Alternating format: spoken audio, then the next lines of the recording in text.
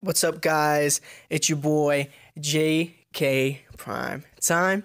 I'm back here with another video. Now, there's another trade that's gone down the NBA, albeit not as big as the Nets and Lakers. It still is significant in its own way.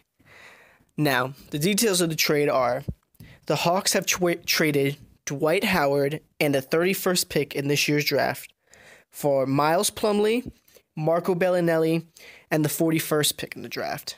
Now, some main points about the trade is for the Hawks, they obviously lose the 31st pick. They do gain a second-round pick, obviously, from number 41, but, I mean, they move back 10 spots. They do have to deal with less money from Dwight, which is a positive, but Miles Plumlee still makes around $10 million, $10-12 million a year for 3 years. So they still have to deal with Miles' money, even though Belinelli's contract goes off the book after the first year. Now, with the Hornets, what they do is they move up 10 spots.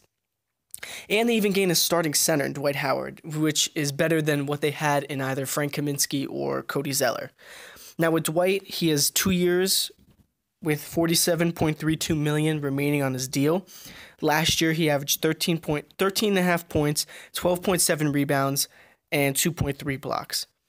Now, with this, the Hornets, they get another piece to put together. Again, they were somewhat of a borderline playoff team last year. They have the talent. I mean, they have, Kemba. You add in a guy like Dwight who can be a double-double machine for you and can at least provide defense.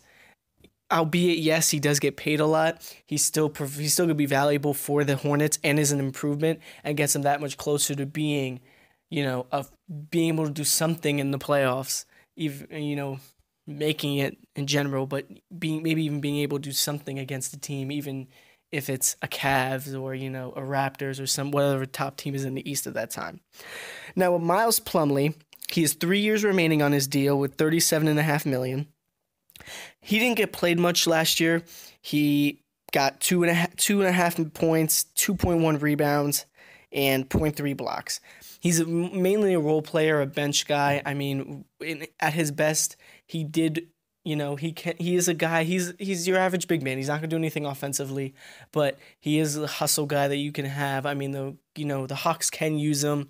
I don't know what his role will be within the team. I think it will be more than what he had with the Hornets, but it's not going to be anything too crazy. He's not going to be their new starting center or anything like that. And then Marco Belinelli, he averaged he has $6.6 million over, for next year, and that's the last year of his deal. Last year he had 10.5 points, 2.4 rebounds, 2 assists, and shot 36% from the 3-point line. Now, that benefits the Hawks because they get another 3-point shooter. He can spread the floor. He scores 10 points. He's a good role player to have. He's decent.